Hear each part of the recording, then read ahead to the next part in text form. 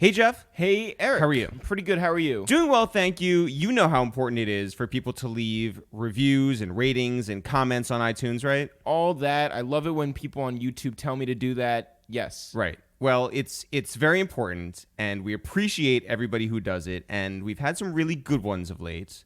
Someone called us the best podcast on any platform. Someone said good stuff. Someone said perfect score. And then we got to today. And Someone write a bad review? Well, it's not a bad review. It's also not a good review. It's like a middle-of-the-road review, which I would argue is worse than a bad review. This is by somebody who calls themselves Fuckboy125. Okay. It's a great name. Mm-hmm. The headline is a fan. Okay. Then it says, enjoy you guys, but that heat is missing lately.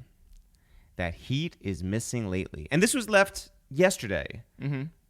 After we've had Rick Ross, after we've had Lil Brother. After Big Crit. After everybody has been telling us. That we've been doing all right. All right. Or better than all right. All right. They've been telling us we've been doing great. I want to hear this guy out, though. Oh, no, but that's it. That's all That's it? that's been left. The heat's been missing lately. Does it say how many stars you left? 3 stars. So right in the middle. Again, not 1 and not 5. I am a fan, but the heat has been missing lately. Heat's been missing lately. I don't know what to do with that. I wish there was more to it. No, it's just like, I'll let you know that you're doing shitty, You used to be good. but I won't tell you why. Yeah. This is like a breakup. I need closure. How do we get Fuckboy125 on the podcast? We had Rick Ross on the podcast. Today we have Jeezy on the podcast. We had Little Brother in the middle. Yo, people love that Little Brother episode. I don't know what to do. So, guys, if we're doing a bad job, if we've truly lost the heat, Yeah, but leave a comment. no, but leave a comment, but leave more context. Yeah. to it. Let us know in full. Like, hit us on Twitter. It's a little self-masochistic, right? Where it's just like, I want to know why I'm shitty. Right. Yeah. What are we doing wrong? How do we get the juice back? You know, we've been running with this third favorite podcast thing for a while. I feel like Should it be like yeah, Fuckboy125s. We're just No, it should be like a waste of time with It's the Real. we used to be your third favorite. Working on it. Yeah. Under construction. Yeah, guys, listen, we have a good I thought it was a good podcast. You know, Jeezy's here today and felt like a good booking, but maybe not. Yeah, who knows? Maybe not. I don't know. Jeezy's just, 10 years in the game and legendary albums and verses and collaborations and I mean, we talk about all that, but Who knows? yeah, maybe it's like a waste of time with It's the Real. You know what? We tried. Yeah, I promise. This is me. Mm-hmm. This is Eric speaking. I love when Joe Budden does that too. Mm-hmm. He refers to himself in the third person. Mm-hmm. If it's up to Eric, Mm. we'll try to make it better. Jeezy's on the podcast today, and this is not the first time we've met Jeezy. No, the first time I met him, I interviewed him for Rolling Stone. This was probably like 6 years ago. Well, it's whenever he had the line, "My house so big, my room's got rooms." Yeah. Because you asked him about it. And Because Hannibal Buress had made it into a bit. Mm-hmm. And he was like, yeah, Jeezy, it's called Closets. Yeah. Right. And Jeezy was just like, get a bigger house. Which is a pretty good response. I think it's a great response. He's actually a really, really funny guy. Yeah. So I interviewed him and I asked him a question about an AK-47, like just in passing. And he was like, do you know what an AK is? I was like, yes, I asked you the question. Right. I know what it is. I listen to rap music. Yeah. I'm know what an white. AK is. I know what an AK is. And so he said, I'm going to get you an AK for Christmas. Because this was around the fall. I guess. Yeah. Yeah, it was like November. So we actually did see him the day before Christmas. Well, we interviewed him for MTV. Yeah. So whatever, a month or two later. And I walk up to him and I'm like, hey, by the way, I just interviewed you. You said you were going to give me an AK. And he said, I didn't forget. And he pointed to his man on the couch and he said, he's got it. So you got your AK? I did not. Oh, you didn't travel through the airport back to New York Felt like I with the AK? Felt like not the best time to do that. But the best time to bring it up again was when he came back here, now in our house with his team. No AK. Well, no, he did say It's outside. It's in the car. Yeah, I just have to go out and get it. Yeah, you said it's got. I mean, the nice thing to do would be for him to bring it inside, like a house gift. There's just a nice welcome to the neighborhood. Yeah, some people bring over Jello molds, some people bring over AK-47s. Listen, man, no judgment. No judgment. Just trying to bring the heat back, right? Listen, I got the heat. I'm just waiting for Jeezy to bring it in. Jeff, when do you want to get into this? Right now. Yo, what up? It's Eric, aka Terrence Ye, aka TM106 in Park. Yo, what up? It's Chef, aka I got an old bitch, aka she feels in her knees when I'm about to make it rain. It's Young Joseph from the bottom of that, aka Snowman, aka Mr. 104. Here's your third favorite podcast to waste time with It's The Real. Bang, bang, pow. Jeezy, what's happening? What's happening? Yo, thanks for coming through, number one. Come on, man, I had to pull up. I'm Yo. gifting the whole nine. Yeah. AK, I promise you. Yeah. It's in the car. Yeah. Cool. It's my personal one. Appreciate that. Might want to wipe the fingerprints off. Yeah, of it. yeah, yeah, yeah. Listen, I got you. Oh, you're Good regifting. money. Yeah. Yeah, the gift that keeps on giving. Yo, congratulations on your new album. For sure. It's all we've been listening to over here. I promise you that. Okay, so that's where y'all got all the gun sounds? Yes. Yeah. Yo, well, Makes sense. The Gunna track is fire. I love Yeah. that back to back with the Ty Dolla $ign track. sir. Yes, oh sir. yeah, with Ball Greasy. Like yeah. that shit's like dope. Yeah, man, it's that Jeezy flow, baby. Bringing it back. How has your press run been? It's been great, man. I mean, just running around New York City. What's the most tired question that you get like all the time? Tired. Yeah. They all good. Yeah, they're not not true. all good. That's not That's true. just- yeah. Anytime somebody want to know something is a good thing. You know what I We- mean? So for me, it's just like, as long as it ain't no police shit, I'm cool. Yeah, well, all right. We want to ask all the questions I don't want to send anybody to jail. about Right. your whole career, how you made it from A to B. Right. And among things that you never get asked about, Boys in the Hood. Right. A fire fucking idea, fire music. Shouts out to Kim Porter for that. Rest in heaven, baby. How did it come to be? Kim Porter, which was Puffy's Longtime partner. Yeah, partner, yeah.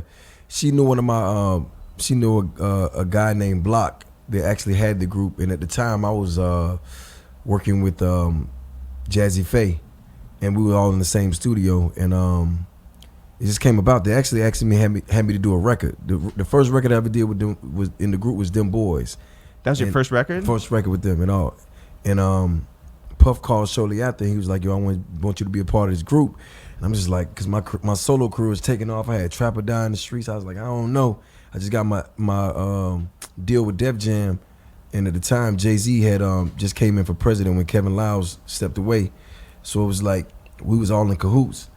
So it was like, I just told Puff, like, I tell you what, I'm gonna move my album back a month, right? And I'm gonna do the Boys in the Hood group. I'm gonna do the album, but I'm only gonna do one album. So he asked me what's the number. I wrote him a number on a piece of paper. I slid it to him, and he was like, cool. But the funny thing is, he kept calling me to sign the paperwork, and in the middle of the night, and I was walking into Magic City to go fuck up some money. You know what I'm saying? Make it rain and all that shit. And he was like, yo, I sent the contract, just sign it and go to Kinko's and send it back.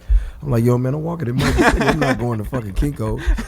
And we ended up doing it. But it's one of the best things I've ever done, because at the time, I wasn't really like a rapper. Like, I was a street guy. So to be in the studio with them and actually see how they was putting records together and really challenging each other, it was an experience, because you had to come with it. Yeah. Did you know any of the guys beforehand? Nah. And the craziest shit was when I did the Them Boys verse, at that time, I was really learning how to record.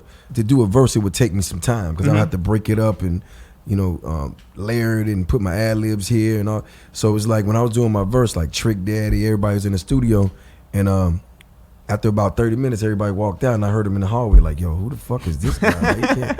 He's terrible. You know what I mean? And everybody was kind of like, so what I would do when I get done with my verse, I would go in the hallway and have the engineer turn everything up so I could hear it all together. And I never forget, all the people was talking shit, Trick Daddy included. You know what I'm saying? That verse came on, it was like, if it's taking too long to lock up, and I just remember people coming out one by one out of the other rooms, standing in the hallway like, yo, that shit is crazy.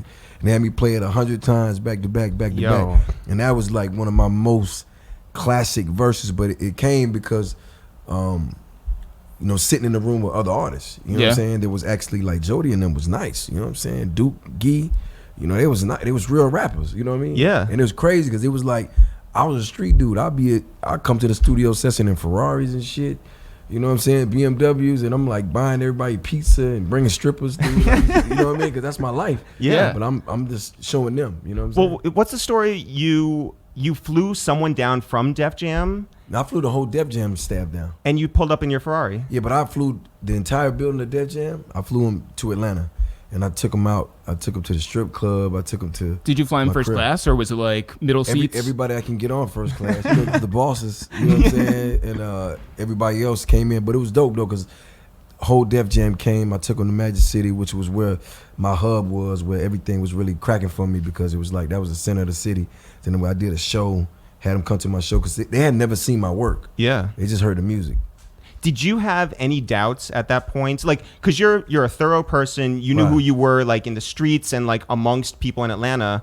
But the music business, for all intents and purposes, was new to you. Right. Did you feel like maybe I'm not what they want in an artist? I didn't really give a fuck, man. I was trying to get out of my situation as far as the streets, and I knew what the streets wanted. Cause by the way, I would have never took that deal if I wasn't concerned about going to prison. I would have never took a deal. There was no need. I was hotter than fish grease. All I had to do was just put some shit out. So what did I'm Def Jam do to you in that scenario? saying? Well, do for you. Do for you, yeah. Yeah, pause. They enabled me to, live to go cold turkey on what I was doing before, allegedly. Right. You know what I'm saying? My other job. So it was like, I got a check, which it took me a long time to cash, because it took me like a year and a half to cash my first Def Jam check. But I had it, so I knew it was there. So I bought my mom a crib. I set my sister up. I did all the things I was supposed to do. And then it was just easier on me to maneuver around the world, because now it was like I got legitimate income. You know what I'm saying? So it just made sense at the time. Now, had I knew how it was going to play out now, I would have never took a deal. Never, even though LA was good to you, Yeah, Jay was good to you, Shakir. It was like, I would have been Chance the Rapper before Chance the Rapper. Right, yeah. You know what I'm saying? Yeah. It was like I had it like that, but it was just like. But there was no model for that back then. Yeah, like but nobody under the was doing that. circumstances, it was like either you gonna go this route and get some of the heat off of you, or you gonna go to jail. And at the time, a lot of people around me was like, getting picked up. Yeah. Yeah. So I really didn't have a choice. Yeah. So did anybody like give you inspiration in terms of like Master P or Cash Money Absolutely. or like I grew up on Jay P. Prince? Yeah. I grew up on P. I grew up on Cash Money, Tupac. I mean, I saw their motto. That's how I really attacked the streets. And a lot of people don't know, like, I wasn't really trying to be an artist at first. I was trying to have a label, and it just didn't work out that way. So I was stuck with the bag. Your artist, he went to. They went to jail. Yeah. Like I had 3. One of them got locked up for murder. He's still locked up now. And then the other 2 got arrested for something, and then they had some other things going on. So I was just stuck in the studio with like studio equipment with no artists. And it was like, and really like my money was getting low. You know what I'm saying? Because I was spending all my money trying to promote them and buying the equipment and everything. It was like my bread was getting low, and it's just like, shit, like I got to do something. But I love music, so it was like a matter of just going in there trying it out. So I started like learning little things, and I would go in the studio and sit around other people while they were working and just like get the lingo. You know what I'm saying? Because I didn't know it, like bring it back, stack that. You know, I didn't know that shit. But I treated it like the streets is like shit. I know how to double some money. You know what I'm saying? So it's like I just learned that way, which was why a lot of my my early music was the way it was, so choppy, because I didn't have a style. I just knew how to say like 2 words, stack those 2 words, say 2. So that's why it took me so long to do a verse. It's like I do 2 words. So when did it really click? For me, I really came into my own around the Recession. Like I made great That records. long? Yeah, because I made great records before then, but it was like the Recession. I was like, yo, I got this shit. Yeah. I got it. You were know like what an I'm saying? artist I was on just that. like, Yeah. Yeah. It was nothing. I was going to the studio. I wasn't Samples. writing. Yeah. You know Oh, what I'm yeah. saying? It was just like I was comfortable. You know what I'm saying? Like, Did you have like whole- you had a vision for that album? Yeah, I Yeah. knew what I wanted to do. I put my cars away. You know what I'm saying? I put my my jewelry away, and I really started doing a lot of research on, because I heard the Recession in when I was at in a meeting, and I heard a guy that I knew was very wealthy say, I'm really concerned about this recession. And I'm just like, what the fuck is that? You know what I'm saying? And that's how I started getting put on. And I asked him, I was like, what do you mean? He's like, the money is. I was like, but you got money, but that's the point. You want to keep it. Yeah. And I was like, this just for you or everybody? He just started breaking it down. And I'm like, are you serious? Like, yeah, like the world is about to be short on money. I've never heard nothing like this in my 30-some years. I'm just like, So the first thing I did was went and educated myself on it, and then took it back to the streets. And I was like, you know, How did you educate yourself? I read up on it. I really got into politics, just understanding how the world was working, reading newspapers, reading articles, reading books, asking people questions, you know, because I learned that, like, you got to ask the questions you don't know. And it's like, it really rained on me. It's like a recession is a drought. That's what we call it in the hood. Yeah. When it's a drought. But we know it is a drought on some other things. Right. Yeah. But how do you explain to somebody it's a drought on money? And they like, I was like, yo, I got to go tell the hood this first. So that's when I came up with the Recession. I knew how I wanted the album cover, the black and white flag, what it stood for. And I was like, I got to go tell them what the Recession means. Because a lot of people didn't even know what that word meant. Did you reach out to Don Cannon to get that track? We did that around maybe like the end of the album because I was wrapping it up. And he came through and he played and he was like, yo, I got something for you. Let the dollar circulate. Yeah. And it was The like Willie Hutch sample. Crazy. He just played me the sample, and I was like, yo, I love it. Then he came back with the bounce. And actually, I think I was so in the pocket, like, and my confidence was so crazy that I think I actually wrote that song with no drums. He just gave me the sample. Whoa. And I did my thing, and then he went back and put drums on it. And so much of that track is drums. Yeah, because I wanted to do it that bad. Yeah. You know what I'm saying? So if you listen to it, I'm going to start off so slow. Yeah, I said so slow to let me out. DC, just like go, go. There's no drums there. The drums come in after that. You know what I'm saying? He put the drums after the fact. What'd you think when you heard it, like, complete? Loved it. Yeah. Oh, man, that whole album, man, it's like sonically, everybody that brought me beats was on the money. Midnight Black, he brought me like a pack, like a 10-pack. I used 5. Drummer Boy brought me like a 10-pack. I used like 6. You know what I'm saying? Like everybody was just bringing, like everything they brought me, I was just like, yo, this is it. This is it. Like every morning going to the studio was like Christmas. Because every time I got there, everybody would just have, and keep in mind, I'm getting these beats on CD. Yeah. You know what I mean? 'Cause that's how I like to get my beats. So I'm getting them on CD, and I'm putting them in the CD player, and I'm just like hitting 1, 2, and I'm like, oh, I love this, I love that, I love this, I love that. And it's like before long, I had like all the songs lined up. And the last song, somebody sent me the My President's Black beat, and it was like I was wrapping up the album, and I'm in my condo, and me and my man Mailman, and then I got some headphones on. I walk around with like a little CD Walkman, and I'm just walking around, and I'm just humming it, like, you know what I'm saying? And I was like, yo, I gotta go to the studio. He's like, yo, the album is done. I gotta go to the studio. And I went to the studio and I did My President's Black, and he was just like, yo, this shit is dope, but you know he's not gonna win. I was like, nah, he gonna win. Yeah. He won. Yeah. Yeah. How do you know when it's time to, like, wrap up an album? That album. Like, because you're in a zone. Yeah, that album I knew. I wrapped up that album when I was done My President's Black. I knew My President's Black was gonna be the last song on the album, and I already had the album sequenced. I sequenced that album a day before I turned it in, and it took me like 10 minutes. I just knew it. Because you would live with it for so long. No, it's just you know, you get them bodies of work in your career were like Trap or Die was like that for me. You know what I'm saying?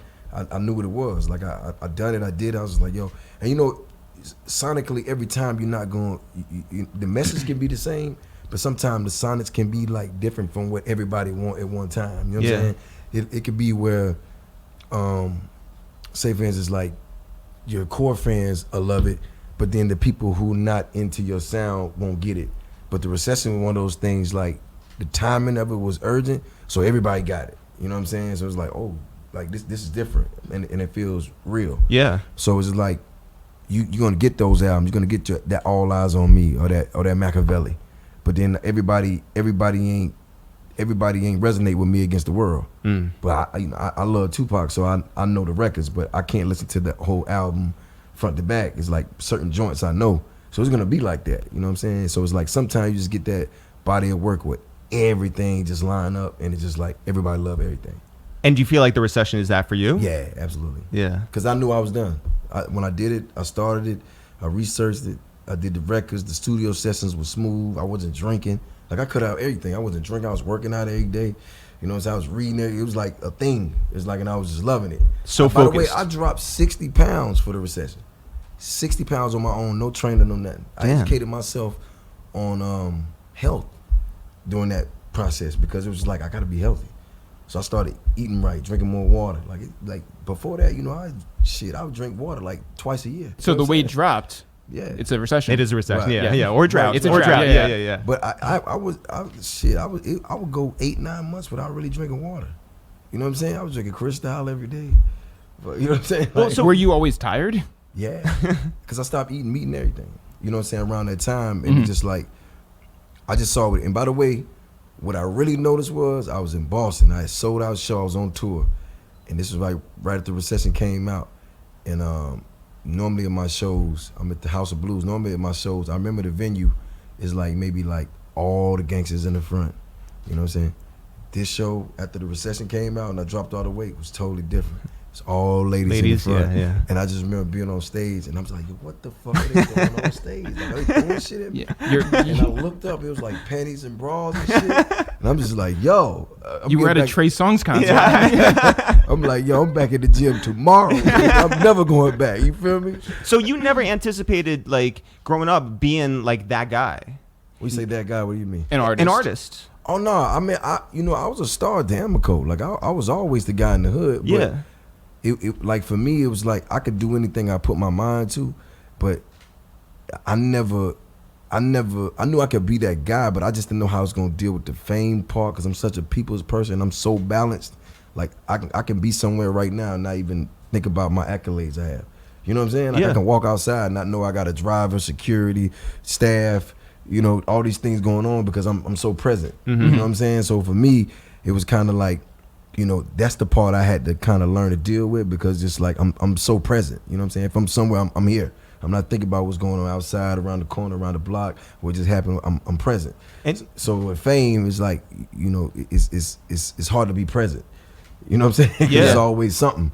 So it's like that's the part that I had to work through. with all that fame that, like, you know, came to you rather quickly, how did you sort of like get it back to normal? Like, do you think that you drank a lot more because of being out there and trying trying to to adjust to fame and everything. I think it was more so survivor's remorse. You know what I'm saying? Because you want to take everybody with you, but then you seeing what everybody going through. You're on the road, you living your life, and you hearing about your homeboys getting killed, and this happened, and this person getting locked up, and that, and you know, little mama having a baby, and your auntie going through this, and it's just like so much, and it's just like, and then you dealing with the fact that, you know, you leaving the streets, and then people looking at you like you changing, and it's like you really don't know who to trust, and you already a gangster at heart, so like you already on go anyway. So now you got to walk the thin line of, if somebody try me, do I motherfucking not, you know what I'm saying, go there, yeah. or do I be smart? But then you know how that go at that point in your career, because if you like you don't handle your business, then you get that reputation for not handling your business. So now it's like you kind of,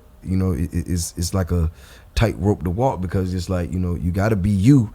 But then you got to be smart. Yeah. And if you get tricked off the street and then you end up in prison, then you just wasted your time. So it's just a lot of that. And just being out and really just like, you know, going through, because I was already used to money. I was already used to like hood fame. Like everybody knew who I was from, you know, all the neighborhoods, or anything I was affiliated with. But it was just like being around the world, doing it on a different level was just kind of tricky, because now you in other people's hoods and you got to deal with their politics or how they get down. You in other cities, so it's just like you got to politic with the right people, but then that brings other things around. Now you got to be more mindful of what you got going on. You know what I'm saying? So it's just like a lot of balancing shit, and I just think throughout it all, I never took the time to get a chance to really learn myself, because I'm coming from the streets into music. So I didn't get a chance to learn my artistry and how I can, like, you know, compartmentalize certain things. So I just brought all my old habits with me, drinking out the bottle, champagne all night, eating fucking Waffle House at 5, 6 o'clock in the morning, not working out. You know what I'm saying? Yeah. Like just staying up all day and night. So all these things are just wearing down on you. Then you see yourself on TV, you go like, damn, I look crazy. You know what I'm saying? Like, you look fucking, like, you know. So you've lived a fascinating life. think? A lot of ups, Yeah. but also a lot of think? downs. Yeah. Yeah. I mean, you know, and I think you think so too. Like you put out a documentary Right. a few years ago. I mean, And in that documentary, especially your younger years, broken home, you were figuring yourself out, Right. and you would say that you took these long walks, solitary, you know, just Well, the walks was to, okay, this was my plan. yeah, The walks was to the Subway. I used to take walks to Subway. the sandwich shop. Right. okay, yeah. But that was so I would take, for $2, you can get a 6-inch sub, a drink, and some chips. That was my meal every day for $2. So I used to walk to the Subway and back to eat. But that's all. I only used to spend $2 a day, and I saved everything else I hustled for. So that's how I stacked my bread. Yeah. You know what I'm saying? Yeah. Like, How imagine, long was that walk? maybe like 4 or 5 miles altogether. But that's how I was stacking my bread. So that's the only way I would eat. Yeah. You know what I'm saying? So I knew I allotted myself like $2 to $5 every day to spend, but I was making like, real hood money, like, $5, $6, $7, $800, you know what I'm saying? Yeah. A day, sometimes, $1,500 a week or whatever, but I would put everything up and not spend anything. And I was like, yo, I'm gonna save up this. And I saved my money up to like maybe like 20, 30 grand. I was just like, you know what? I ain't never going back. But just imagine those between that $20,000, $30,000, how many walks you had to have back and forth to Subway. It's a lot of walks. You're thinking of a master plan. Yeah. Well, I mean, like, what is going through your head at that time? I got to get out of the hood. I got to make a way. I got to save my money. I got to be smart. And really I was a loner because, nobody thought how I thought. I see that when I go back home now. I was like, I see homeboys I used to grow up with and they still living the same life. And they be like, yo, what up? I'd be like, all right. But it's like, I was always thinking outside the box. But what that taught me was my first steps of discipline. You see what I'm saying? Like it taught me how to be disciplined when it came to certain things. So I don't have an addictive personality. So it's just like, that's how I was able to maneuver around a lot of things. Because a lot of my friends ended up on drugs and, alcoholics and all type of crazy shit. But it's just like, I might have dabbled in things, but then I got out of it because I had discipline. Yeah. And the discipline was walking back and forth to Subway. And so you have all that time just to think. To figure your way out. That's the plan.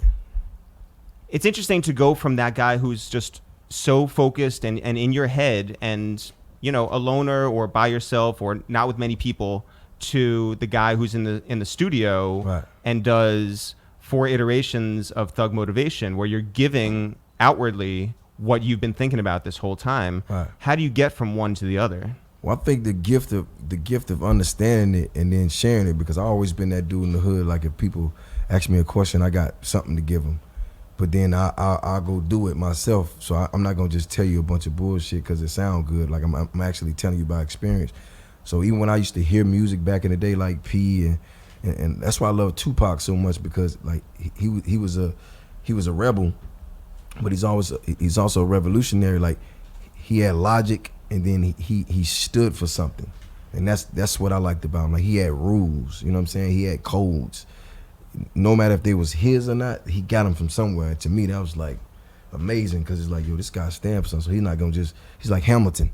You know what I'm saying? He's like the Hamilton of the game. Like he stood for what he stood for, and he was willing to die for that. And I just thought that was amazing. So for me, when I used to hear music, I'm like, that don't really sound like what the streets should sound like. So when I actually got into it, I was like, you know what? I'm just gonna give it my truth without sounding like I'm dry snitching, but I'm just gonna tell them the truth. And at first, a lot of people was against what I was doing because it sounded like I was telling too much information.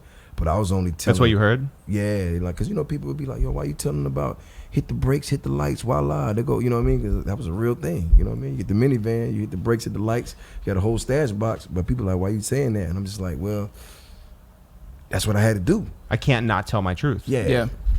So for me, to give people back my truth, and then the adversity part was what clicked to me. It was like the real no-brainer, because it was almost like, yo, I'm good at this. I'm good at telling people how to overcome something. And I think that's where I should stay. That's where the whole thug motivation thing come, trap or die. It's like you're gonna either trap, or you're gonna take a chance, or you're gonna just take what they give you, and that's just like dying. If somebody gotta give you something to survive, you might as well die. Because you're not gonna be able to get it again if they don't give it to you. You know what I'm saying? Yeah. So for me, it was just like that was my truth. Like, let me tell you about this. Thug motivation, let's get it. That was about, let's get to the money. The inspiration, which was 102, was like, we got the money now. How do we inspire people? And then when you got from that, it's just like 103 is just like, okay, we still ambitious. This is a hustler's ambition. Like, I'm still gonna do what I do. I'm gonna be great at it. Then you go from that to the legend of Snowman. Is like when you bottle all this stuff up and tell the story of the guy that was before all of this to get to where he at. You know what I'm saying? So for me, it was just like, if there was a movie, this would be like, part 1, the sequel, and then the trilogy, and then here's the documentary. Yeah. You know what I'm saying? But to me, it's like, if I sat there and listened to all those bodies of work, I think I would know who Jay Jenkins is. What he's about, because his truth has always been in the music. For sure. What lessons did you learn from your father? My father was a solid. It's crazy. I just got off the phone with him. My father was a solid dude, man. He was just like a good dude. He's a good person. You know what I'm saying? He was a hard worker. Always was about family. You know what I'm saying? Like, you know, even when he didn't have, he still just made sure everybody was straight.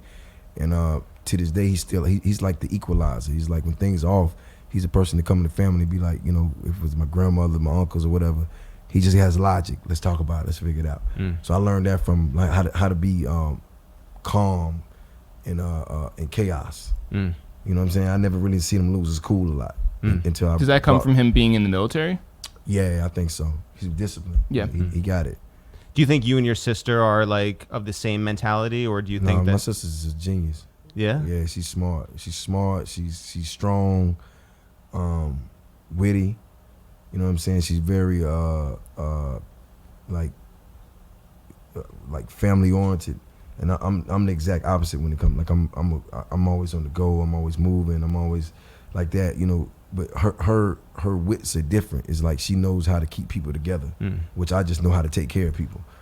You know, I'm a provider. It's like that's, you know, but she's like the type of person that makes sure it's like everybody's straight. Yeah, everybody's good. The kids are, you know what I'm saying? She's that type of person, and she. Did she do that for you?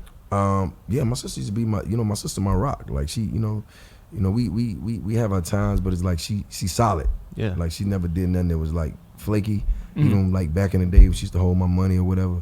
Like she's always been solid. And it's like when you grow up, because our brother died, you know what I'm saying? And our older brother. So it's like. How did that happen? Stillborn. You know what I'm saying? So like for us, it was just me and her. But I think on my mom, it was kind of like a burden. So like even for me, it's just like, you know, you coming in, you the middle child, but you're supposed to be, I mean, but you the big brother now. You know what I'm saying? So it's like responsibility, like from go. And it's like I took it on. As a young man. Yeah, I took it on, but it was just like, imagine growing up in a 2-bedroom trailer and you just like, yo, I got to get us all out of here. And that's all you think about every day. Like my mother's trailer was, and I bought this trailer for like $2,500. And this is $25 of the $100 that I was walking back for the subway to sell. To save. And it's no bigger than this studio. And this is the whole trailer. Everybody lives here. So that's the bathroom. That's my sister's room. This is my mother's room. And that was it. And this was at the expense of school for you? Like you were like not fully there? I tried to go to school. I did I did what I could, you know what I'm saying? But it got to a point where it was redundant and it wasn't really making sense with what I had going on. It's like I had a lot of crazy shit going through my head because at the time, like, I was, you know, in the streets dealing with shit and it was wild because it was like I was hanging around and I was like I would be in the spot while they're, you know, chefing up and doing all this shit, and it's like I had became so exposed to what was going on. It was like I would just had these mental breakdowns in school. And I remember, I swear to you now, I remember one year I knew I was having a fucking PTSD? No, panic attack? Well, not a panic attack, but when you actually addicted to something because you've been around it. You know what I'm saying? Withdrawal. Yeah, I was having a withdrawal. You know what I'm saying? Because I'm a kid, I'm new to it, and I'm just standing, I'm in these fumes, and I swear to you not, I went out of the classroom, and I just remember like sitting around like, oh my fuck, like what the fuck is going on with me? And I called a drug hotline on the phone, like a 1-800 number, and asked them, what do I do? Because I'm freaking the fuck out. You know what I mean? I think I might be addicted to crack or some shit. You know what I'm saying? And it was crazy. And I just remember like, calm down, like, yo, you gotta be strong, bro. And that just really, you know, it made me tighten up because it was like, then I knew it was real because it was like the money was there, but then you can fall all the way to the dark side because I seen my friends go. And that used to be my whole phobia. Like, I just don't ever want to be over there. Yeah. You know what I'm saying? So it was a real thing. It's real shit. Did people know that you were dealing in high school? Yeah, because I mean, you know, it was, you know, once you come up and by the way, this is nothing I'm glorifying. Like I couldn't. No, these are the circumstances. Yeah, I couldn't tell you how to be a carpenter or build a house because I wasn't a carpenter. I wasn't a mechanic, so I didn't know about. But I was a hustler, and my family was hustlers, so I was around that. But it wasn't no big deal. Like, you know how people do something so long that it seems right, like wrong so long that it's right. That's basically what it was. It was like, okay, you know what it is, just don't get caught, don't smoke this shit, don't, you know what I'm saying, don't you know, and that's it. Right. If you go through withdrawal, call up the drug hotline. Yeah. You know, that's what you do. But you know, I promise you now, I just remember being like in my third period class, just on the payphone, like, oh my God, I think I'm gonna fucking jump off a building or something. Like, somebody's got to come save me. It's like, sir, you okay? Like, I don't think so. So later on, you would go and have a way with words. Certainly, you know, you've become like a really. But it's crazy because I used to have this. So a lot of people don't know. So one of my first girlfriends, she was Filipino, and her name was Liza, and I was crazy about it. And I was just like, yo, how I'm gonna get her? Because she, you know, I didn't look the part. So I started writing poems to her. You know what I'm saying? Like that, I would like every day after school, I'd write like poems, and I'd slide them to her.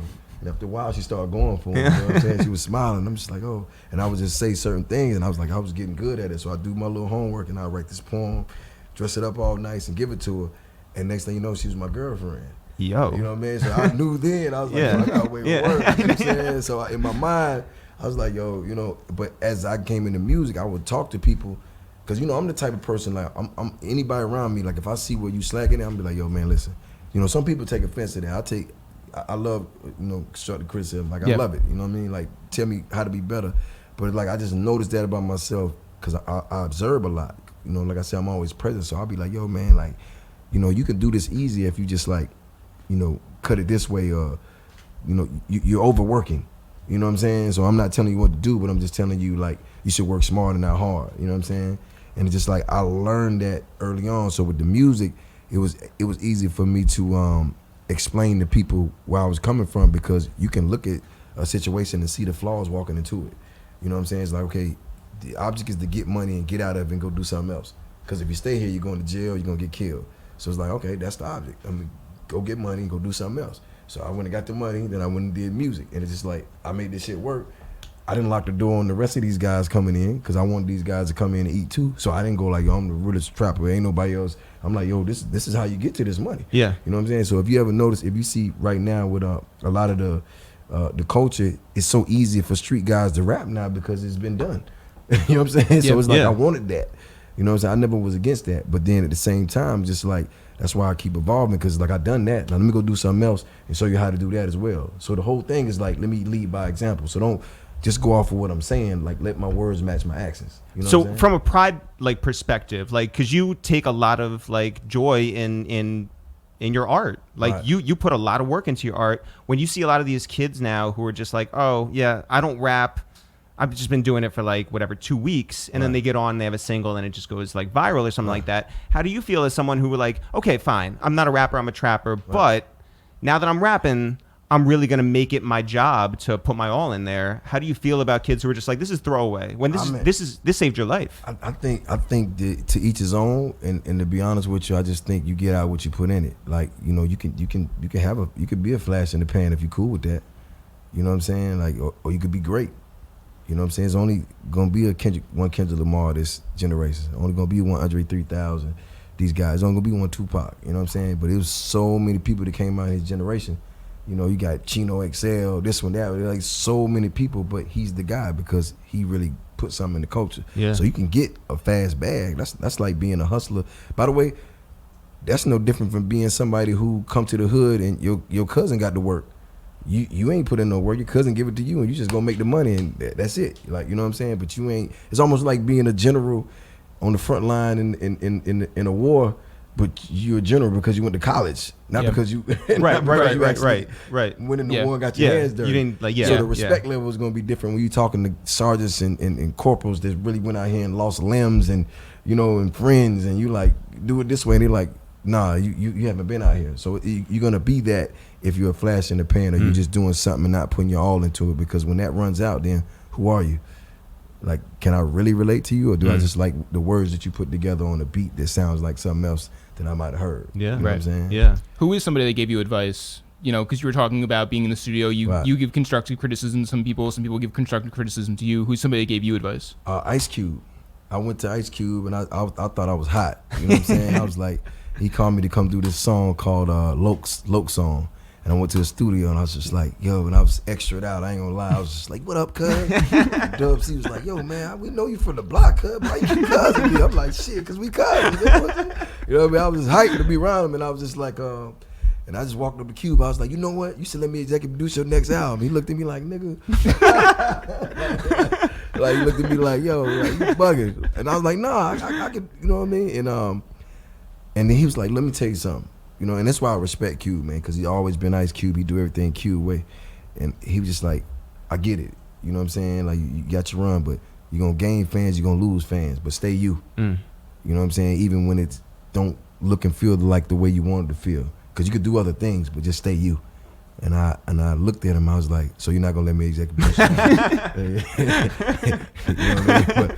But that resonated with me because he didn't have to do that. And even when I see him making moves now, I so respect it, because when you see his son acting and playing him and going on to doing Transformers and doing the big three, and if he does it right, it's gonna be just as big as the NBA. Yeah. That's still Ice Cube. Yeah. He never went left or right to progress. He still got respect. He's still solid. Cube solid, super solid. Yeah. You know what I'm saying? Family man, the whole nine. But we saw his career, and even when I watched Straight Outta Compton, I had more of a respect for him, for just his position on how he kept the group together and how just what type of person he was when everything was going down. He was still writing Friday.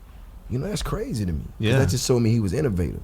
So for him to give me that advice like that early on, you know, I always had respect for him, because, you know what I'm saying, he could have took that a whole nother way. Hey guys, just want to interrupt this episode with a message for anyone in Alaska, Arkansas, Colorado, Iowa, Indiana, Kentucky, Louisiana, Maine, Minnesota, Missouri, Mississippi, Montana, North Dakota, Nebraska, South Dakota, and Vermont. So if you're in New York, New Jersey, or California, fuck off. We have brand new shirts at ItsTheReal.com/shop, and we have not sold any to the aforementioned states, and I can't believe it. This is for anybody in Kentucky who's an It's The Real fan. This is for anyone in Mississippi who listens religiously to this podcast, and I do mean religiously. This is for anyone in Iowa or Indiana or Missouri or Nebraska. ItsTheReal.com/shop is where you can buy an It's The Real t-shirt. We have 4 new shirts there right now. Now is the time to do it. Alaska. No love for It's The Real. Oof. Bring the heat. Go support your boys. Buy a t-shirt at ItsTheReal.com/shop. And now back to the podcast. Do you have trouble finding people, maybe artists, who have the same drive as you or the same vision as you? I can't say that, because, like I say, to each his own, man. Like, I don't compare myself to people. I don't want people compare themselves to me. I just want to do what I do my way and be great. You know what I'm saying? For what I want. Everybody lists the goals and dreams should be different. And it's just like, people gotta understand, like I hear it all the time, like you didn't put such and such on, I never got in the game for that. Like, let's be clear. I told you I was corporate thugging from day one. So I was trying to do something else. And then 2, like, I didn't get in the game to be Barry Gordy or, you know what I'm saying, L.A. Reid. That wasn't my focus. I was trying to get out of the streets. Yeah. You know what I'm saying? So my goal was to stay free, get money, take care of my family, put them in a better situation, and figure out the next move. Did all those things, Right. by the way. So Yeah, it wasn't like Only thing you didn't do was executive produce Ice Cube. So Right. yeah. But it wasn't like I came in the game like, you know, I'm gonna be like, you know, the Barry Gordy of this. I'm gonna be, you know, that wasn't the focus. And I get people to have that focus, but I just look at the game sometimes when people try to box everybody in because you didn't do that. But my contribution is different, because my contribution was to my people. Mm-hmm. You know what I'm saying? I came to thug, motivate. I didn't come to trap. That's just a part of who I was. Like, I didn't come in the game to, you know what I'm saying? I'm like the Tony Robbins of this shit. Like, let's be clear. That's gotta be wild that your message. Look, you're from rural Georgia. Right. Your message has gone worldwide. Right. It's got to be trippy to meet someone so out of even your wildest dreams. No, the Michael Phelps. You know what I'm saying? Oh, yeah. When he was the Olympics and the Jay Bellis. You know, these are people that you know what I'm saying, like fans that come up to you that you wouldn't even expect. Like, you just helped me so. I was with and they're sincere about it. I was with one of my mans last night. We just went and kicked it. You know, he's in a music exec, I was like, dog, you looking healthy, you look straight. He's like, yeah, I seen you get on that diet plan and stop drinking. And you know, I'm just looking at him like, damn, but in my mind, like, he did that because he saw me do it. But he looks like 100% better person. His mind straight. He tell me about his clarity, but it's just like, you can motivate people by just your moves, but to me, that's more than the music you're selling. You know what I'm saying? 'Cause that's just the message. You feel what I'm saying? But at the end of the day, it's just like, if I can help you change, you know, the way you look at yourself, then that's more than you ever buying or supporting anything that I do. Because, you know, when you think of me, you're going to think of somebody that, you know, actually came and uplifted you. Like, I didn't come to, you know, to judge you or look at you for who you was. Like, okay, I'm doing this, I'm going to take care of myself. And you look at it and go, damn, like, if he do it, I know I can. And that's the same thing with the rap. All the street guys that are rapping now, they going, look, I know Jeezy. Everywhere, every penitentiary in the world, somebody really knows me. Somebody knocking suckers on their back right now for saying shit they shouldn't say because they know me. You know what I'm saying? So when the street cats see me come in the game and come up like that, it was so easy for them to say music. And if you looked in the last 8 years, music is the new streets because all the street guys are rapping. Think about it. All the street guys are doing music because it's the only way that you can make the same type of money, be who you are, take the lingo and make the culture work for you and not go to prison. That's it. I mean, unless you're Tekashi. We're not gonna claim him. He's on his own. We're not gonna claim him. He's on his own. Well, speaking of actors, there was a moment where you were almost on Entourage. Like, you almost were in the Saigon role. Shouts out to Ken. Man, I could have been on Entourage, but the tequila was on there, so that's good. Yeah. So shouts out to Avion. Ken Austin put it together. I was supposed to, which was my partner from Avion, and I was supposed to go do the thing, and I don't know what I had going on, but I was like, nah, I ain't gonna make it. Dumbest shit ever. You know what I'm saying? I mean, you actually do regret that? I just felt like, you know, I had other things going on, and then it was like, with me, I prioritize like my word. You know what I'm saying? So if I tell somebody I'm gonna do something, I'm gonna do it. And I think I told somebody else that I was gonna do something for them, and I didn't want to change out the date. And it was an opportunity. It's like, you know, like with Dave Chappelle with the what was the Oscars he said he was gonna go to instead of Flint. The Oscars, he was like Flint of the Oscars. Yeah, I went to Flint. Yeah. You know what I'm saying? Yeah. How did you and DJ Drama cross paths in the first place? DJ Drama was a DJ that was buzzing around Atlanta. Everybody's talking about him because he was doing the mixtapes. I wanted to do a mixtape with him. So my first mixtape was Streets is Watching, which was initially called G's Up. Truth be told, Drama did not want to do the tape. I asked Drama like 10 times to do my tape. He's like, I don't think the music is hot enough. Damn. And so, you know. How did you take that? I mean, here we go again. So me, being a thinker, I was like, you know what? I got this dude. So I would go to him. So he lives in the 4th Ward in the middle of a hood that I'm very familiar with, and people are very familiar with me, in the 4th Ward. And I go visit him. I come to his house. He tells me to take my shoes off. I'm like, yo, you in the fucking middle of the hood. Like, you want me to take my shoes off? You know what I mean? So I take my shoes off, come in his house, whatever. So my game plan was just to get him to hear the music. Yeah. So how do you get somebody to hear the music that doesn't want to listen to the music? I was like, yo, I'll give you $500 if you make me a show tape. Keep in mind, I ain't got no shows. Yeah. Ain't nobody booking me. But I was going over his house, and I was paying him like $500. He said it was $100. Because I talked to him like last week. He said it was $100, but it's $500. Okay, let's be clear. Yeah. Let's be clear. Yeah. And I would pay him to do my show tapes. And I would come back to him like I had shows every week. I was like, yeah, we killing them. Can you do this one? And I would put different songs in there. And he was like, yo, this ain't bad. I was like, yeah, I know. You should do my tape. Yo. And we kind of got cool there. So after you pay somebody like a couple grand, he started to see you got real money. Yeah. He's like, well, let me hear the stuff on the tape that you're talking about. So then It doesn't sound so bad anymore. Yeah. So I took him G's Up, which we had like songs I did with Jazzy Faye, Jody Breeze, all these guys. He was like, yo, it ain't really that bad. And I was like, yeah, could you do it for me? He's like, let me live with it. And he's like, you know what? I don't know what happened. Maybe he needed the money for some tennis shoes, or he wanted to go splurge. He called me. He's like, yo, I got your tape done. And we did the tape, and I put it in the streets. And that was my whole thing, like, just to let you know where I was at on it. It wasn't about the money to me. It was about being heard. So I would go press up 100,000 and just go pass them out. Where? All over Atlanta. And there's this club called Prime Wait, 100,000 at a time? Yeah, there's a club called Where were you Prime keeping Time. them? My guy, he was pressing them in an apartment. So I had my people go up and grab them by like the 10,000s, whatever every other night. He didn't have room for a bed. Yeah, that was good, but everybody was making money. Yeah. Sure. You know what I'm saying? So Sleep on money. right. Yeah. So with what I went to this club on the east side called the Prime Time, and I would it was like the biggest thing on Sunday. So every Sunday I would have my people over there just passing out CDs to everybody that came out, and then putting a CD on everybody's car.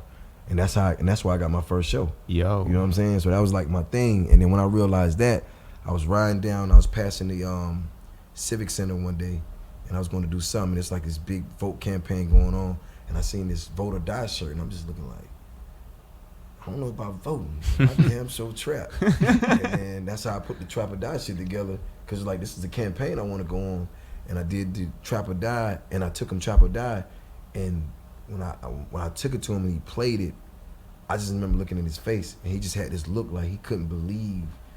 Like when he heard the intro, I just seen his face just looked at me like, yo, you did this shit? Like you made it? I was like, yeah. He was like, yo, this shit is fucking crazy. And I was like, really? Like he was like, yeah, but he was bugging.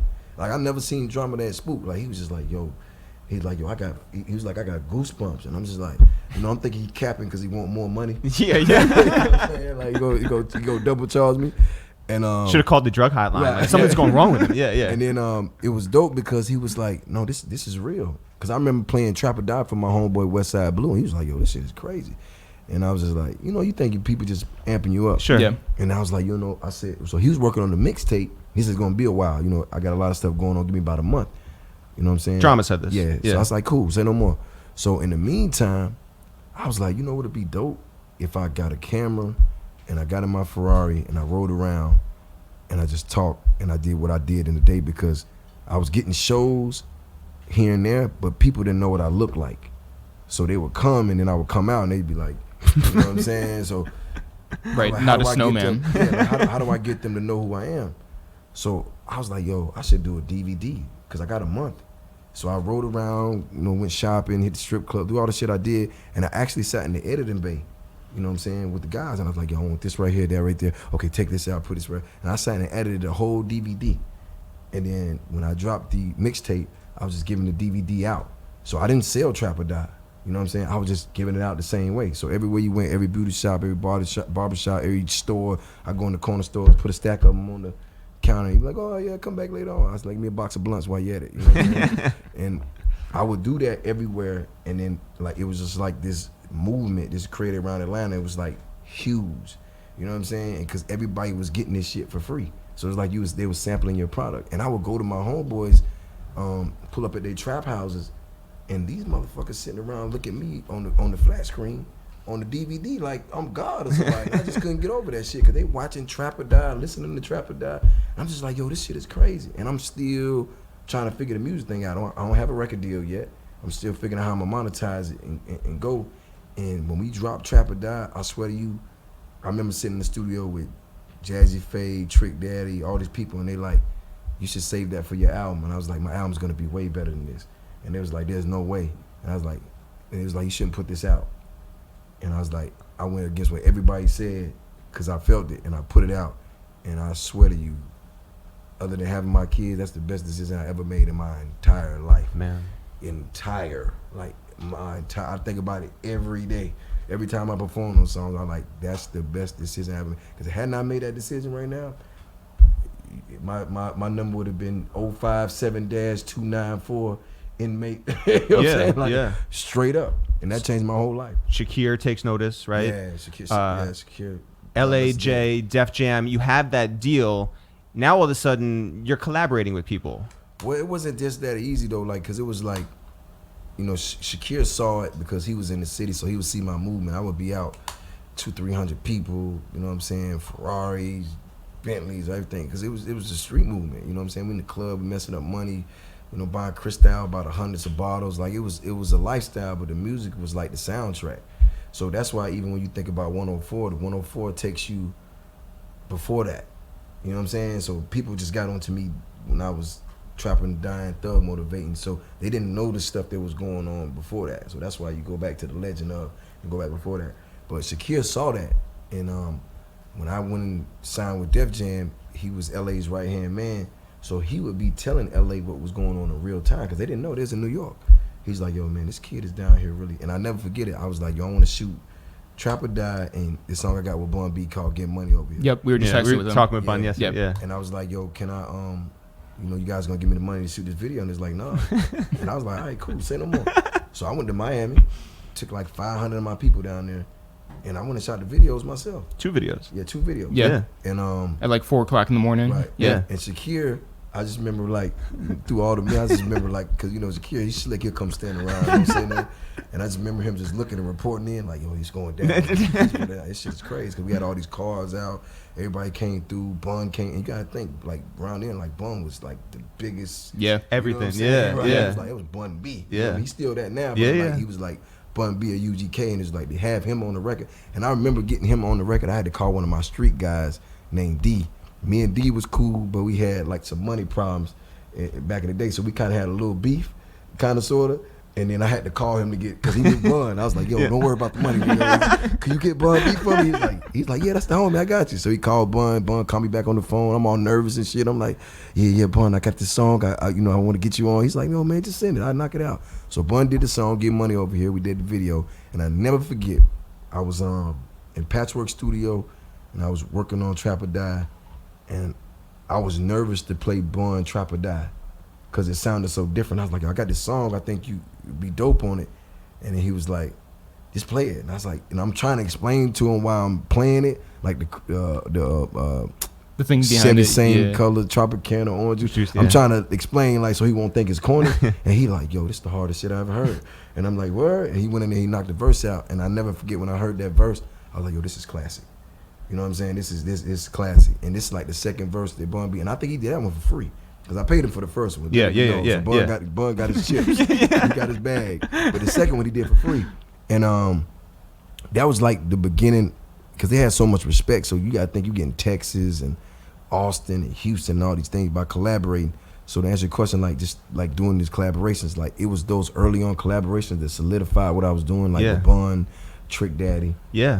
Fabulous. And Totally. Fabulous was another one. I was at the video shoot with him, and they were shooting the BMF joint, and I didn't, I met Fab through Meek, so he's like, Fab's like, let me play this record, and he played me Breathe, and I just remember sitting there like, I'm in the studio making trap rap, and he played me Breathe.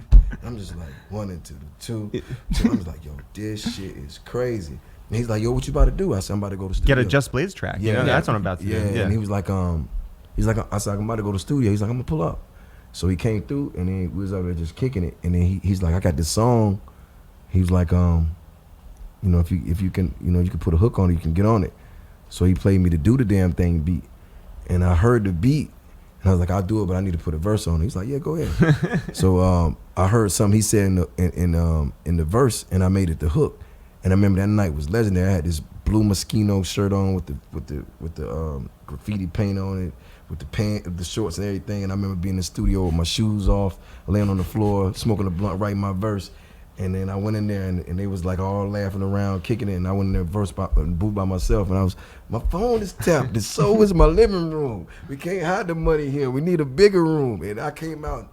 Everybody was in the studio like, yo, nigga, this is crazy. And I remember like, this is fabulous. So I'm like, you like the verse? He's like it. You know what I'm saying?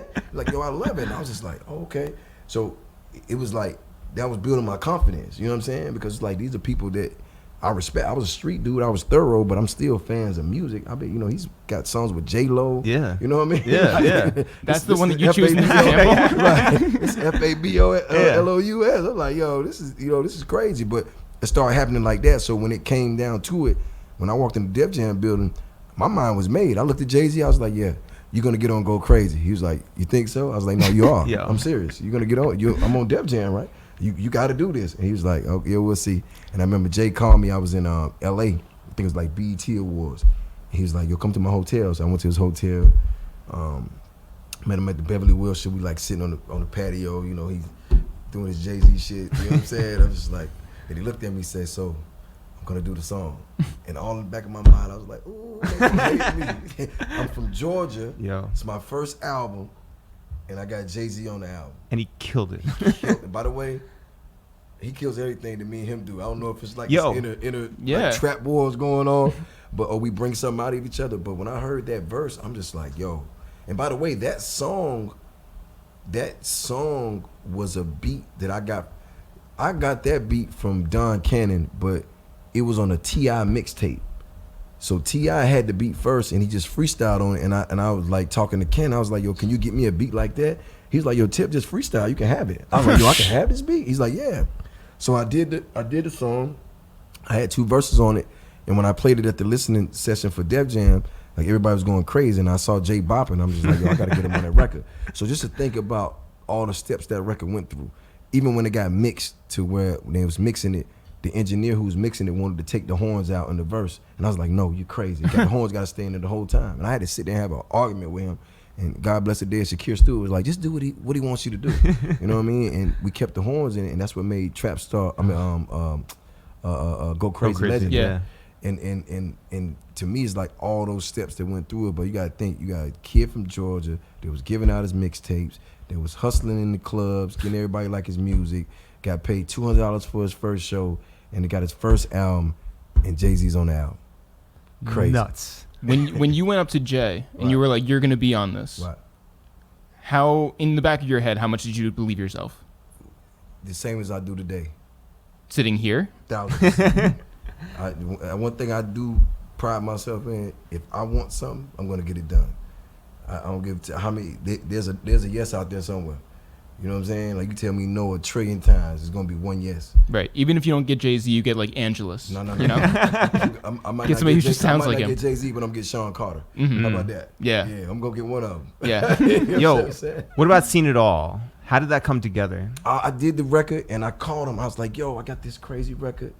And And it is shout out to Cardo. That yeah, fucking crazy. And what it was I sent it to him, and I was like, okay, you got to just fill in the part on the hook. And when he heard it, he was like, yo, and he sent it back. And I heard what he said on the hook, and I was just like, yo, this is crazy. And it was like this whole thing because me, him, and Emery, shout out to Emery. and Tata and all them sat in his office. And I swear to you, dog, we talked about we was gonna shoot this video. We was gonna fly in on all these jets on the runway. We was gonna go take over Live. That was the plan. We was gonna go to Live and just take it over, me, Jay-Z, and be like, yo, everybody pull up. It's in Miami. It was gonna turn it out. Then we was gonna ride down Ocean in the cars and the drop Bentleys and all that stuff. And we was gonna shoot the video. It was like done, and we couldn't get the damn sample cleared. Cause I only got it took because it came out of China or somewhere, so we had to find the people in China. So it was like months and months. I'm like, yo, I got Jay-Z running to shoot a video. This is crazy. So by the time the sample came in, he was on something else. Yeah. But we sat there, all me, Jay, Ty, Emery, and came up with a whole, like, yo, we're going to fly in. We're going to have the jets back to back, like 8 jets, puff. Everybody, it's going to be crazy. We're going to get in these cars. We're going to go to Live, and then we're just going to get on, like, tell everybody just to come. It's going to be this. I mean, it was like a whole thing. We sat in his office for like hours just talking about this video. God damn. And I was so ready, man, but we couldn't find the people in China. Man. Yo, that's the one no that you couldn't get a yes from, you know? Yeah. I got the song clear. No, you did get Yeah, the I mean, he got the yes.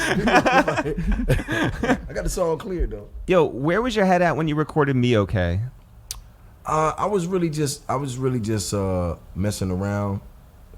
Me Okay, like it's like Me Okay for a Jeezy record. It wasn't one of my favorite records. Really? Like, yeah, because it was just like me popping. I love the beat, and the thing about me and Drummer Boy is just like I know what a classic Drummer Boy and Jeezy song is. It's like Put On. It's Standing Ovation. You know what I'm saying? It's those type of things. So it's like we have records that we got that are kind of like throwaways or whatever, and that just happened to be one. And it's just like it came out some kind of way.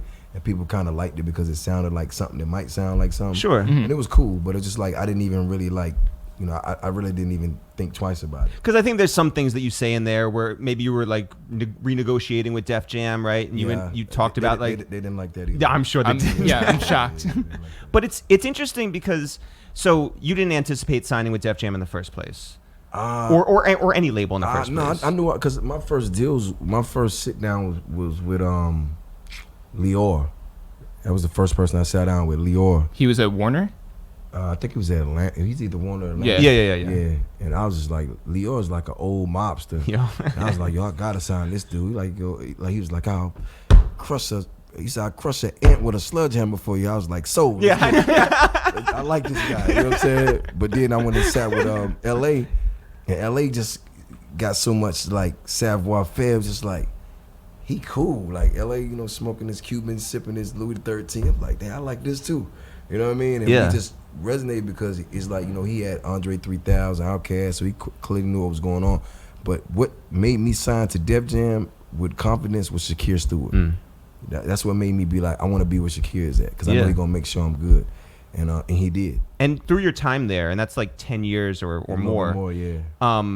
There's been a few different regimes, like and people that we've seen by your side, like Pekos was there. Yeah, shouts out to Pekos, yeah.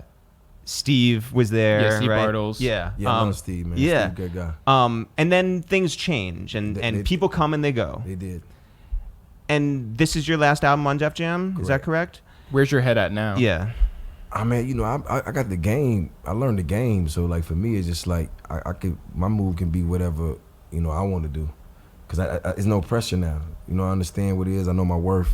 I understand how the game's set up. So it's just like I know how to navigate through it. It's got to be what's best for me.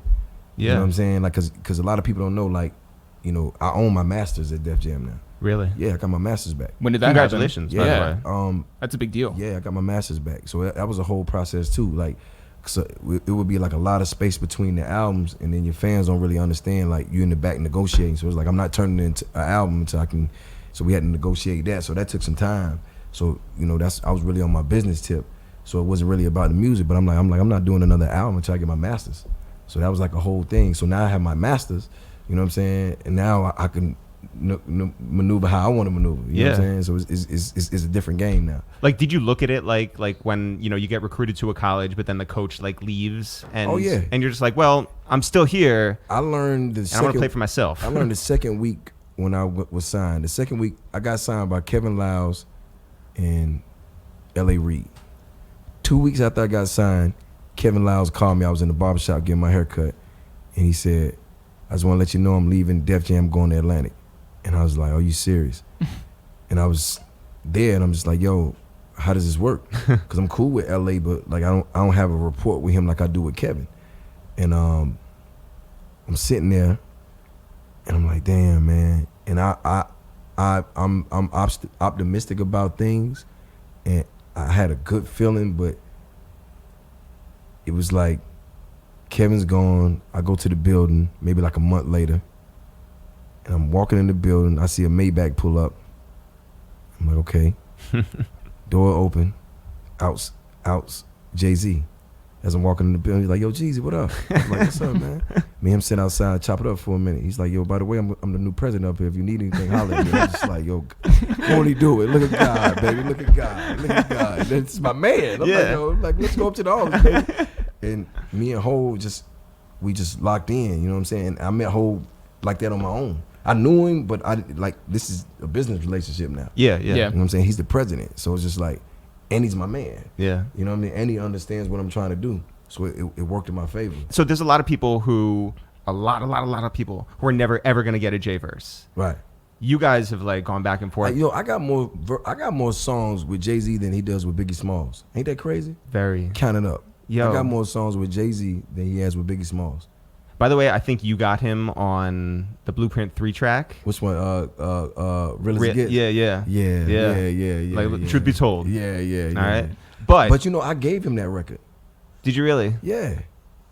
I gave him that record. It was my record. I called him. I was with like, him on it? No. Oh. I did the record. I had it, and then because I got the record from Khaled, the beat, and I did it. Did he produce it? I think the Runners or somebody did it. Yeah. And I had it, and I'm talking to Jay. He's like, yo, I'm finishing the Blueprint. He's like, yo, man, I need some streets. I said, I got you. Say no more. And I sent it to him, and he hit me back. He was like, yo, you ain't never lied.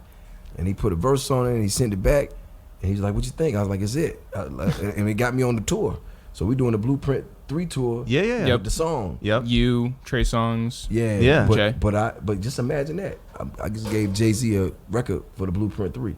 You know what I'm saying? That I had on my drive. Crazy. Right. But he did. But it was one. I swear, to God, it was one line on the song. It was like, ladies, put your hands in the air if you ever sucked a You know what I'm saying? He's like, yo, you got to change that line. Nobody's going to do that shit at the show. It's like, yeah, you smart.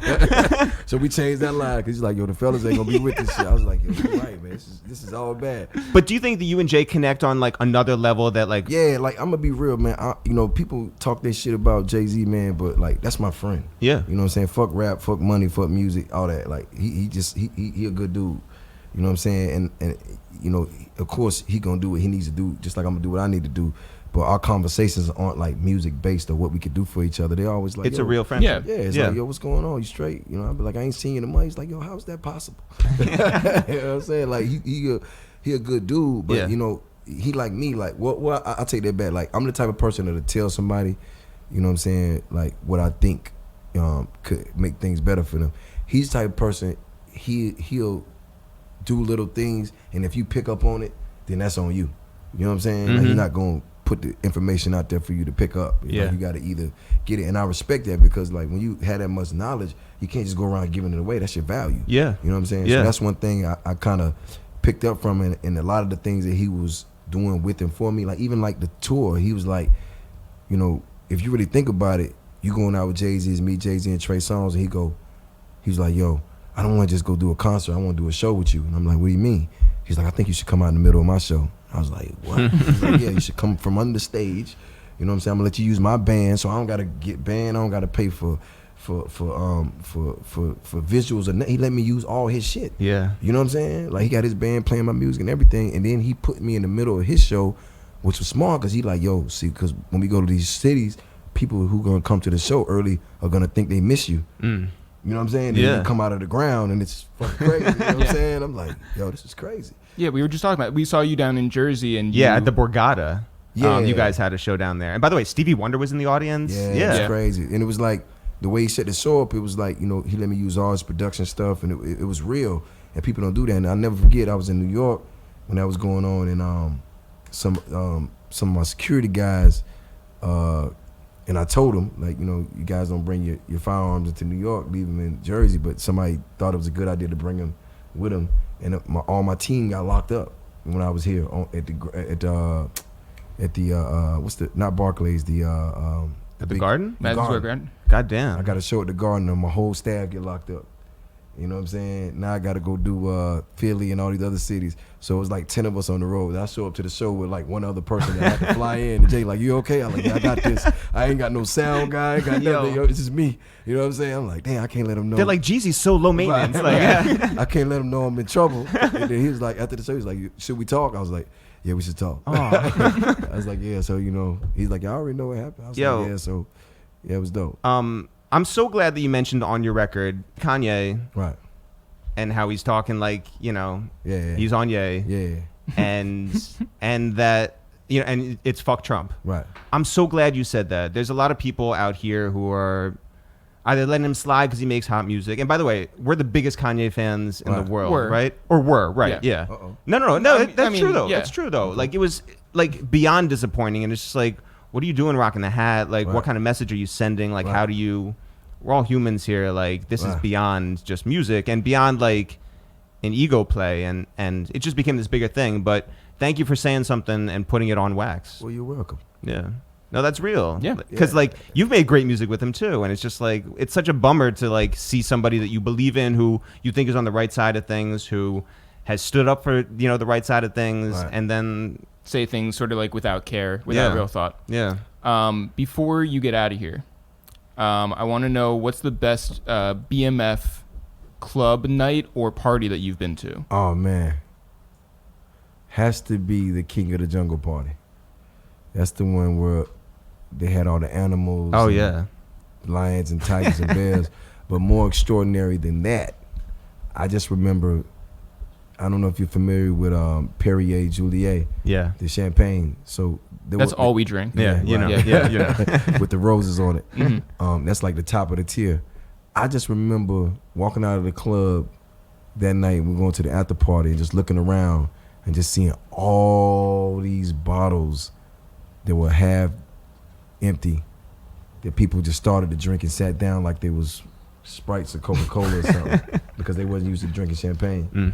And I just remember looking around the club at all these trash cans that they had lined up around the side of the club, that they put the champagne and the ice in the trash can, so people were actually like a cookout. Yo. You go in there and you're getting champagne out of the trash cans. And I was just like, yo, this shit is crazy. So basically, like the biggest club in Atlanta, he paid for everything for everybody just to come party. Man. For his birthday. But you talking like 500-600 cases of champagne. Man. Crazy. Very crazy. Yeah. Jeezy, first of TM all, 104 out right now, ladies thank and you for gentlemen. dropping Yeah. by. Shouts out to Figures Wireless, you know what I'm saying? Defiance Fuel, ladies and gentlemen. Check me out on my new ventures. We got this Figures Wireless right here. This Android, it's our newest edition right here. We got the earbuds, you know what I'm saying? Which actually translate languages in real time. It's Madness. amazing. Yeah, so shouts out to that. And shouts out to Avion, Tequila, and TM 104, baby. Hey, y'all guys are cool, man. Oh, Next time- thank you. you. No, we next time- appreciate that. I got that AK, man. Yeah, but yeah. If you get caught with it, don't say my name. Yeah. Appreciate you. Thanks everyone for listening to this new episode of Waste Time with It's The Real. Jeff, people want to find out more about us. I'm Eric with the curly hair. You're Jeff with the glasses. Together, we are It's The Real, ITSTHEREAL, no apostrophe, no spaces. If people want to find out more about this podcast, it's called A Waste of Time with It's The Real. There's 270-something episodes that people can go back in the archive and check out and rate and review on iTunes and leave a comment that hopefully is somewhat nice. Whatever. Jeff, if people want to find out more about what's going on with us, where they can get the t-shirts, where we're going to be on tour, where we have gotten to in our lives, where can they go?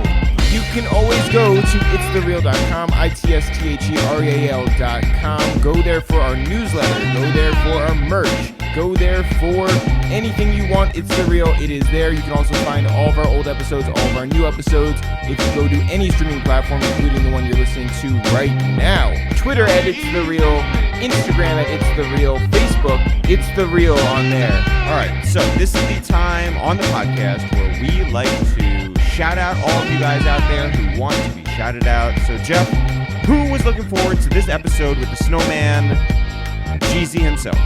Malcolm Flex, Guapo Negro. I also want to shout out Esther's Youth but God's Son, Kwakunali. I want to shout out Sacamil. I want to shout out Bloody Boral, Misty, Vaughn Lewis, all the way in Texas, Aaliyah Simone, Bitchy Poos. All right. And Lusty McFarland, a.k.a. One Fucked Up Mind, somewhere in West Virginia. Shout out to all you guys for listening. Shout out to all you guys for spreading the word. As always, not for real, for real. Sure. See you guys